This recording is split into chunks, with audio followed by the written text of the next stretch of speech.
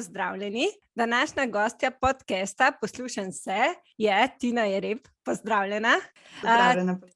Tina je specializantka integrativne psihoterapije, nudi podporo in svetuje staršem, predvsem mlajših otrok od približno 1 leta pa do vstopa v šolo. Je ustanoviteljica Facebook in Instagram profila Vzgoja za varno navezanost, kjer deli svoje znanje in izkušnje. Tina, današnja tema pogovora bo povezujoča igra z otrokom. Najprej, kakšen je po tvojem mnenju odnos družbe do otrokove igre? Se mi zdi, da v tej naši družbi igro otrok večkrat obravnavamo kot neko dejavnost, med katero otroci počnejo neke naključne stvari. Zelo se prepuščajo svojim impulzom trenutnim, večkrat vmes so glasni, se smejijo. Tako večkrat razmišljamo, da otroci med igro ne rabijo kaj dosti razmišljati, da se znotraj njih kaj dosti ne dogaja med tem. Tako da mislim, da v bistvu v naši družbi večkrat otrokovo igro obravnavamo kot eno manj pomembno ali pa celo manj vredno dejavnost. Tudi tako večkrat pri predšolskih otrocih razmišljamo, da 4-letniki, 5-letniki, zdaj se še lahko igrajo, zdaj še ne hodijo v šolo, nimajo enih teh šolskih obveznosti. Potem, ko se bo začela šola, potem se bo pa to spremenilo. Potem se bo pa treba začeti učiti, večkrat rečemo. In iz tega razmišljanja tako se mi zdi, da se da razbrati, kako otrokovo igro večkrat nekako ločujemo od enega dela ali pa učenja. Oziroma od nekih dejavnosti, pri katerih naj bi pa otrok dobil različne koristne stvari. Pa je v bistvu igra res zelo pomembna za otroke. Kakšen pomen pa ima po tvojem mnenju oziroma pač po mnenju tudi stroke za otroka in otrokov razvoj igra? Tako v bistvu različni strokovnjaki že precej časa prepoznavajo, kako je igra za otroka, za njegov razvoj v resnici zelo pomembna. Naprimer, Marija Montessori je že izrekla nekaj v tem smislu, kako igra je otrokovo delo. Tako da, ko se otroci igrajo, v bistvu lahko vidimo, kako se ene zelo pomembne stvari med tem dogajajo za njih, za njihov razvoj. Recimo, otrok se igra zunaj na travi, ves čas raziskuje stvari okrog sebe, spoznava, kako stvari delujejo okrog njega. Recimo, otroci med igro, tako kot vemo, ko se zelo zaigrajo, tudi zelo razvijajo svojo domišljijo. In tudi domišljija je ena osnova potem za tudi kreativno razmišljanje, kar nam pa tudi pride prav kasneje v življenju, recimo tudi pri delu, na delovnem mestu. Potem otroci med igro tudi ves čas ali pa pogosto naletijo na različne izzive, probleme.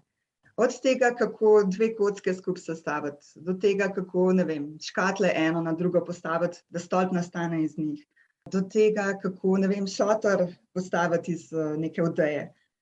In ves čas jih rešujejo, tako da med igro, poteka učenje v bistvu nenehno, na različne načine. Samo, da se pač ne zavedajo, včasih niti mine, da gre za učenje. Zato, ker se mi zdi, ravno zato, ker ni tisto klasično učenje, tako kot ga v naši družbi vidimo.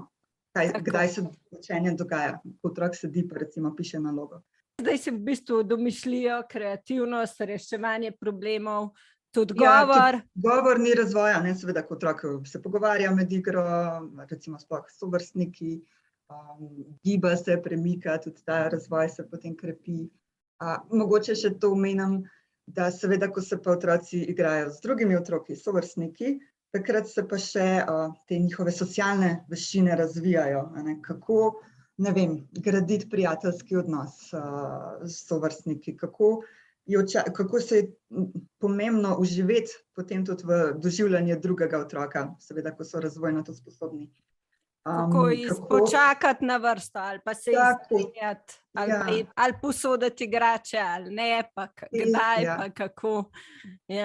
Vse te stvari. Tako da, na različne načine. Ves čas med igro se v resnici dogaja eno učenje in otroci pridobivajo različne sposobnosti in veščine, razvijajo. Na kakšen način ti priporočaš, da se pa odrasli vključujemo v otrokovo igro? Na kakšen način je najbolj optimalno? Mogoče tukaj dodam še ta del, da odrasli se v odnos z mlajšimi otroki se večkrat tako avtomatsko še vključujemo v njihovo igro. Tam recimo sploh do kakšnega 3. leta, ko so otroci še razvojno tam, da zelo potrebujejo interakcijo z odraslimi okrog sebe, takrat avtomatsko se večkrat z njimi igramo. Potem pa, ko otroci so malo večji, pa se njihova kapaciteta za to, da se tudi sami zaigrajo daljši čas, poveča, potem razvijajo interes za igro s sovrstniki, potem se pa začne dogajati, da odrasli nevede začnemo igro vedno bolj prepuščati otrokom. Naj se otroci med sabo igrajo, naj se gredo igrati, ali pa pojdi se igrati tjale, malo se zaigraj. In ta samostojna igra sigurno je za otroke tudi zelo pomembna. In otroci imajo v bistvu že od majčkega naprej eno možnost ali pa to kapaciteto, da se sami igrajo, oziroma že dojenček sam raziskuje kakšne stvari.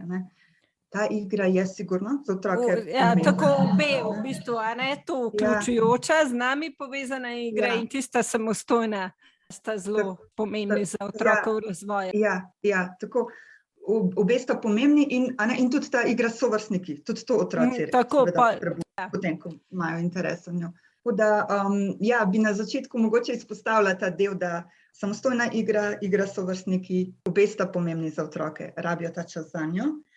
Je pa tako zelo dragoceno za otroke oziroma za naš odnos z otrokom, če vsaj do neke mere se v njihovo igro, tudi mogoče, ko so malo starejši, vključujemo še vedno tudi mi, odrasli. Na to temo je tudi več knjig zdaj na novo, teh strokovnjakov, v bistvu, koliko smo pomembni, tudi odrasli, pol kasneje, ne samo v teh najzgodnejših letih, ta naš odnos, tako, kot si rekla, z otrokom. Ja, seveda, otroci imajo še naprej, ne samo v zgodnjih letih, ampak tudi naprej to potrebo po enem povezanem odnosu, starši seveda v prvi vrsti, pa z drugimi skrbniki. Ja, res je, se strinjam. Kako pa naj poteka? Kdaj je najboljši čas, da se priključimo otroku, oziroma kako je najbolj, da te nekaterih tudi pomenujejo zmenke z otrokom, 1 na 1? Kako je najbolj, da pač to izvedemo, izpeljamo z otrokom? Imamo naprej že točno določeno uro ali kaj priporočaš? Tako fino je, če se osredotočam malo na odnos med staršem in otrokom tukaj. V vsakdanjem življenju starši večkrat se vključijo v otrokovo igro, sicer na tak način, da mogoče pridejo do otroka, pa ga malo vprašajo, kaj pa počneš, sestavljaš stolp iz kock, vidim, da uživaš, da ti je fino, mogoče se starš tudi malo vključi v otrokovo igro, se začne z njim igrati, ampak potem se pa v praksi večkrat zgodi, seveda čisto razumljivo, da recimo čez 2 minute priteče bratec ali pa sestrica in vpraša nekaj starša, hoče njegovo pozornost. In starš seveda se odzove in pozornost usmeri stran od otroka, s katerim se je začel igrati. Ali pa, ne vem, dobi telefonski klic oziroma en kup stvari seveda se lahko zgodi, zaradi katerih starševa pozornost naenkrat gre drugam, prekine stik z otrokom. Ta stik, ta igra, v bistvu ta stik z otrokom je seveda za otroka tudi zelo pomemben tekom dneva.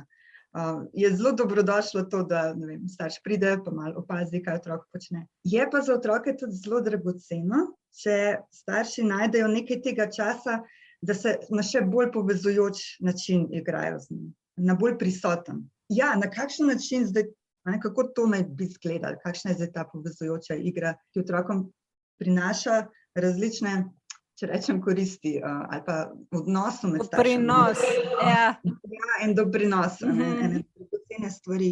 Se pravi, to je ena igra, ko v bistvu rabi starš si posebej za to igro nekaj časa vzeti. Mogoče to na začetku izpostavim, da ta igra lahko traja, 5-10 minut.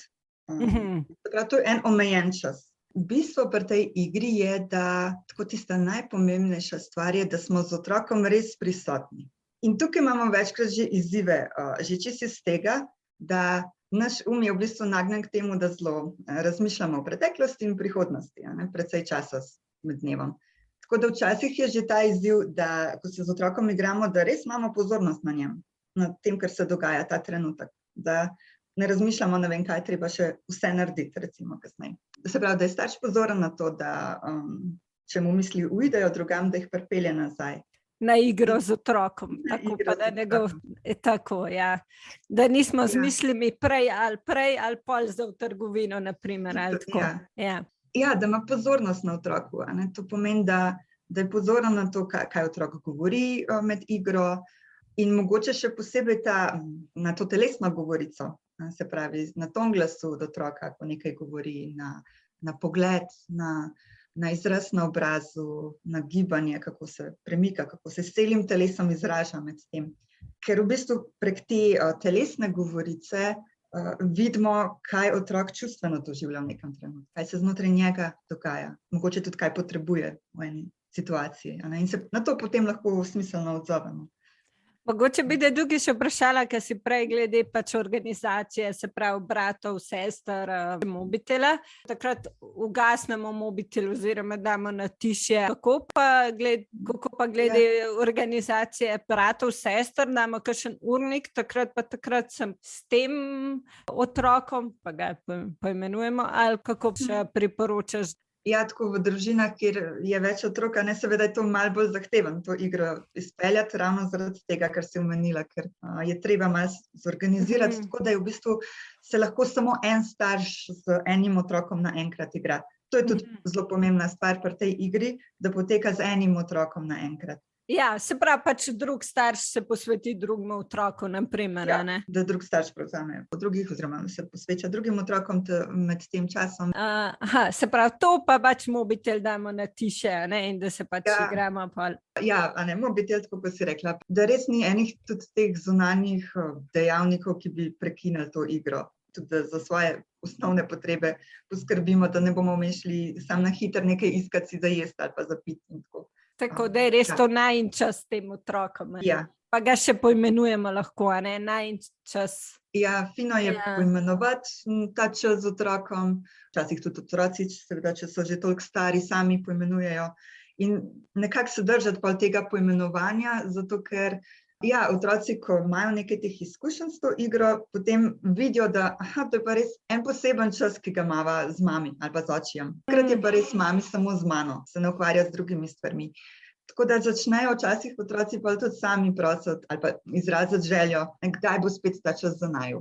Mi en učenec pogosto reče, da z mami šah igrata in imata posebno uro in čas in si vzame ta čas za igro šaha. Se pač veseli tega zelo. Mogoče še ta del, da je fino, da ta igra, ali pa je pomembno, da ima ta igra en jasen začetek pa jasen konec. Se pravi, to pomeni, da takrat, ko rečemo, zdaj pa je ta čas za naju, od takrat naprej smo res prisotni. To je to, da ne ostanemo, pa ne delamo enih, sam še nekaj, moram nekaj urediti, pa nazaj. Ampak od takrat smo prisotni. Včasih je fino tudi za konec te igre, recimo, če starš oceni, da ima 15 minut časa na razpolago, da na začetku te igre nastavi nek alarm. Ali pa to odštevalnik časa se dobro obnese, pač za kuhati. Evo, te stvari, recimo. Če si z tega vidika, da vmes ne gledamo na uro potem, kdaj moramo zaključiti z igro, ker pa spet stik nekako prekinjamo, pa nismo tako prisotni. Tako, da nas zvočno oba pomne. Kako pa mi pač kot starši izkazujemo otroku to pozornost oziroma da uživamo v tej igri, da se mu res čuječe posvečamo? Se pravi, ta moment je, da je starš res prisoten, že to je tisto glavno, potem pa da se na en tak radoveden način zanima med igro za otroka, kaj čuti, kaj doživlja, ne vem, to si pa zdaj tako naredil, to pa tako. In tudi seveda te stvari, da ima starš mogoče v mislih, da naj bo to čas, ko res se potrudi napolniti to otrokovo čustveno skodelico v narekovajih. Se pravi, ta otrokov občutek, da je res sprejet, da ga ima starš rad, da uživa v tem času z njim. In seveda to se v bistvu med igro zgodi na čisto spontano. Iz interakcije se razvije seveda v različnih trenutkih. Od tega, da starš otroka tako ljubeče pogleda, da ga objame, da ga pocrklače, na to nanese. Ali pa, da se skupaj z njim iz srca nasmeji, ker se je nekaj smešnega zgodilo. To so tiste stvari, ko otroke res tako globje obešajo. Kako pa mi je v tej igri, recimo, da se igramo s kockami? V tem primeru verjetno mi sledimo otroku in otrok prevzame vodstvo igre. To je pa tudi ena zelo pomembna stvar pri tej igri, to, kar si izpostavlja, da otroku v bistvu predamo vodstvo že na začetku igre. A ne, v vsakdanjem življenju z otroki smo mi odrasli tisti, ki jih vodimo in usmerjamo. In je veliko potem med dnevom tega, zdaj pa naredi to, zdaj pa pospravi igrače, ne pustim, da to počneš. Ne, tako zelo večkrat jim govorimo, kaj ne počnejo in kaj ne. Pri tej igri, se pravi, je pa otrok tisti, ki vodi in usmerja igro.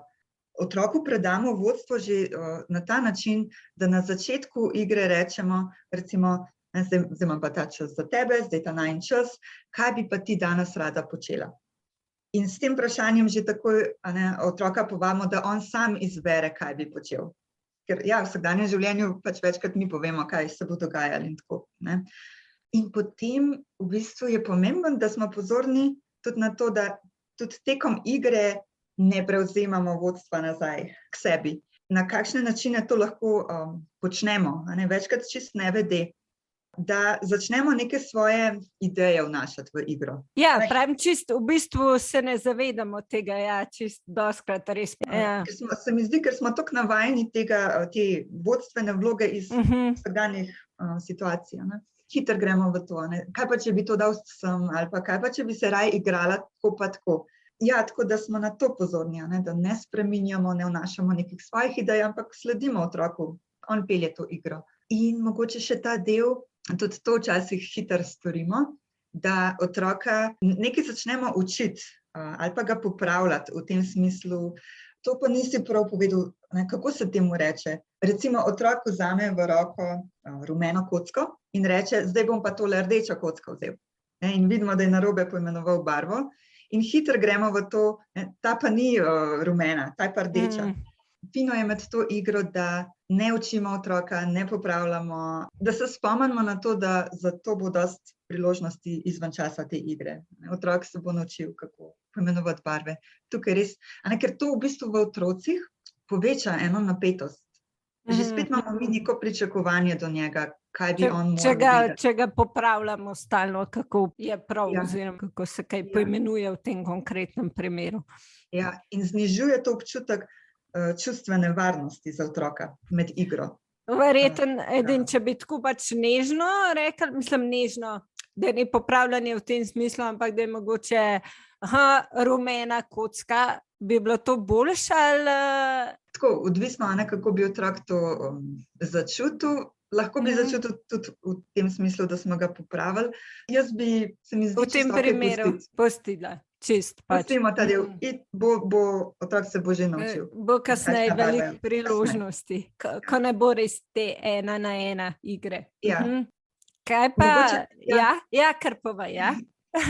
Ta del, še glede vodstva tukaj, seveda, če pa otrok začne nekaj početi, kar se nam zdi, da je pa nevarno, takrat pa seveda prevzamemo vodstvo v tem smislu, da poskrbimo za varnost. Če otrok začne skakati iz stola na tla, pa ocenimo, da ta stol je nestabilen, da se mu lahko spodmakne. Večkrat tudi ni treba, da otroku pač postavimo mejo glede tega ne skakati, ampak lahko ga usmerimo v eno bolj varno alternativo. Mogoče je pa okej, da skače iz kavča na tla.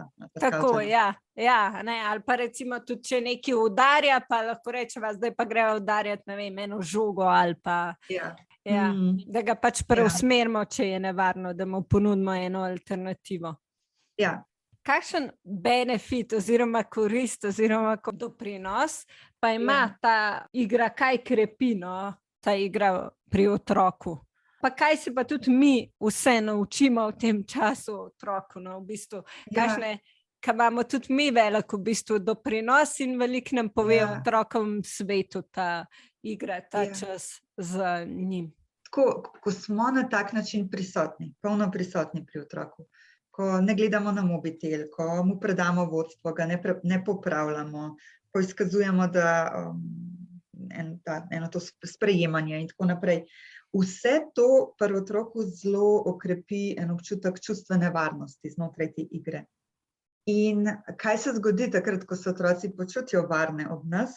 Takrat začnejo z nami bolj deliti eno svoje notranje doživljanje. Tako da, če čisto pogledava, kaj se bo zdaj med to igro lahko dogajalo, ko se z otrokom igramo. Eno je že ta stvar, da otroci nam začnejo, pač podelijo z nami tiste stvari, ki jih zanimajo zadnje čase, ki jih navdušujejo. Tako da mogoče bo otrok ta čas izbral zato, da če ga zadnje čase zelo zanimajo žuželke, da bo staršu rekel, greva gledati knjigo o teh žuželkah. In bo to izkazal ta interes njegov, ki ga ima glede žuželk v zadnjem času. Tako otroci tudi... Ja? Ja, v bistvu pa spoznamo res, kaj ga v tistem obdobju zanima, kakšne interese ima, kaj ga pritegne. Točno to, kaj ga pritegne. Ali pa recimo, če zadnje čase večkrat mlajši otrok na sprehodu opazil poštarja, ki razvaža pošto na motorju, in bo mogoče med igro on hotel biti poštar, bo šel v to vlogo in bo začel pošto razvažati in bomo mi tisti, ki jo bomo sprejemali. Pač tako, otroci med igro tudi te različne vloge okrog sebe preigravajo, ki jih vidijo v realnem življenju. Včasih samo podelijo, kaj jih zanima. Včasih tudi ta naša prisotnost jim da toliko čustvene oziroma varnosti nasploh, da se odločijo, da bojo ta čas uporabili za to, da malo te svoje telesne sposobnosti nadgradijo ali pa jih raziskujejo. Recimo, otrok mogoče bo dobil idejo ali pa željo, da med to igro, da napeljeta staršem elastiko čez sobo in on bo poskušal preskočiti to elastiko. In potem bo hotel vedno višje, koliko visok lahko on skoči, recimo, da se ne zaplete vanje. Ali pa bo hotel, da ga, ne vem, oči dvigne toliko visoko, kot lahko, da se on stropa dotakne, koliko visok lahko grem. Tako, te svoje, se pravi, gibalne, telesne sposobnosti. Zelo dober, ja. Pa verjetno kdaj tudi kakšna neprijetna čustva, ki ga obremenjujejo oziroma zanj težke občutke, doživljanja ob kakšnih, ali ob rojstvu sorojenca, ali ob kakšnih drugih zanj novih situacijah. Ali pa prehod verjetno v šolo, vrtec. Med igro, večkrat se tudi to dogaja, da prav ta čustvena varnost, ki jo otrok začuti, še posebej je potrebna za to, da nam potem lahko podeli z nami to, kar se neke izzive, ki jih ima v življenju, ena neprijetna čustva. Tako da tudi med to igro z igračkami lahko, včasih je otrokom težko, da oni sami začutijo pa izrazijo ena določena neprijetna čustva in jih potem lažje nekako otrok prenese na igračko v igri. In potem medvedek recimo med igro doživlja to, kar on doživlja. Recimo takrat, ko je prišel dojenček v družino, pa je njemu težko. Tako da lahko tudi igro zapeljamo v to smer, da je za otroka potem zdravilna. Mu damo ena podporna sporočila že prek igre, pa tudi dobimo eno informacijo, kaj se znotraj otroka dogaja. Tako da potem lahko starš mogoče otroku pomaga v primeru, da je prišel dojenček v družino, pa da otrok doživlja ena neprijetna čustva, starš lahko tudi izven časa te igre otroku da več prostora, da ta čustva izrazi, da se bolj povezuje z njim. Pa mogoče tudi ve, kaj mu koristi, recimo, naprej za kakšne takšne situacije. Bolj otroka spoznamo prek te igre, bolj ga razumemo in pa tudi zunaj te igre lahko bolj mu pomagamo, ali čustva predelati, ali karkoli pač je. Kaj pa, če pride do joka, recimo, da otrok začne jokati, kako v tem primeru reagiramo najbolj optimalno oziroma kako priporočaš? Večkrat se med to igro lahko se zgodi, da ob enem takem manjšem problemu, mogoče se je otrok čist malo rahlo udar nekam, otrok začne močno jokati. Ali pa mi ga nismo nekaj dobro razumeli, kaj je nam rekel, in smo naredili nekaj drugega, kar je on želel. In močen jok pride, ali pa izbruh. To se večkrat zgodi takrat, ko v bistvu otrok zaradi te čustvene varnosti znotraj igre si dovoli začutiti, da pridejo na površje neka neprijetna čustva, ki jih je prej malo shranil v sebe. Iz nekih čist drugih situacij. Ali je to, lahko je to se pojavil kot ena stiska, ker je zdaj prišel dojenček in starejši otroci večkrat to zahtevno za njih. In to pride na površje. Otrokom se večkrat tudi čisto vsakdanji stres nabira v telesih, tako kot nam. Neke frustracije. In ko otrok zdaj znotraj te igre začuti več varnosti, lahko ob enem takem manjšem problemu vse pride na površje in začne jokati. In rabimo samo razumeti, da se je to zgodilo in biti ob otroku mirno, sočutno. Brez komentarjev, nehi jokati, Ja, ampak samo tolažba, razumem te. točno to, ja. V bistvu se zdaj že res tudi veliko koristi te povezujoče igre, če boš še kakšno dodala. Pa še mogoče, že prej si omenila, da glede trajanja je lahko to tudi krajše, 5 do 10 minut, tako da je verjetno izvedljivo tudi za te pestre urnike. Pa mogoče koliko pogosto, kakšno je trajanje, je tukaj več boljše, recimo 20 minut, pol ure, 1 uro. Pa če boš še kakšno korist, če sva jo vmes spustile mogoče. Glede pogostosti trajanja, sigurno bi rekla, da vsakič, ko starš najde čas za to igro, pa tudi če je to sam in tja, bo prinesel nekaj pomembnega to in otroku, ker se bo počutil bolj povezanega po tej igri in v bistvu samem odnosu med staršem in otrokom. Je pa seveda fino, če obstaja neka kontinuiteta, ena rednost te igre. Tako da lahko je to tudi enkrat na teden. Večkrat je seveda lažje najti nekaj več časa med vikendi, ponavadi. Tako da lahko se to dogaja recimo enkrat za vikend, vsak teden. Pa da damo recimo lahko tudi urnik, ne vem, od 5 do 6 vsak petek. Recimo. Ja. Glede trajanja same igre, lahko, tako kot sem prej omenila, lahko trajajo včasih tudi 5-10 minut. Tudi to je nekaj. Lahko pa seveda daljša, ne vem, 20 minut, pol ure, 3/4 ure. Ampak tukaj bi mogoče omenila tudi to, da ta igra večkrat ni tako enostavna, tudi za nas odrasle. Ker prvič je že čas, pa to, da smo prisotni tako res z otrokom toliko časa. Drugič pa tudi to, da se znotraj nas večkrat zbudijo neka lahko tudi neprijetna čustva, občutki. Od tega, da mogoče nam je dolgčas, ker otrok počne nekaj, kar nam ni tako zanimivo. In večkrat ni tako enostavno zdržati. Lahko se dogajajo stvari, ki so nam v izziv. Tako da fino je mogoče za začetek si vzeti, ne vem, 10 minut časa ali pa 15 minut, s tem začeti, pa potem podaljševati. Pa da smo res takrat pozorni, tako kot si rekla. Potem, če je sploh če je ena rednost te igre, tega povezovanja, sigurno to ukrepi en otrokov splošen občutek povezanosti s staršem, bližine, neke čustvene varnosti v odnosu. Tako da ne samo, da otrok znotraj te igre podeli več staršem, kaj se znotraj njega dogaja, ampak tudi izven časa te igre. Otroci, ker se počutijo bolj povezane, varne, več povejo v sebi na različne načine. Mogoče še to omenim, izpostavim, da v vsakdanjem življenju smo mi tisti, ki otroke ves čas vodimo, usmerjamo, govorimo, kaj ja, kaj ne. Če redno jim damo možnost, da se z njimi na tak način igramo in znotraj te igre predamo vodstvo njim, mi njih poslušamo, upoštevamo, sledimo. Ena stvar, ki se tudi večkrat zgodi, je ta, da so potem otroci po taki igri spet nas veliko bolj pripravljeni poslušati, slediti našim zahtevam. Ko je treba pospraviti igrače, recimo potem.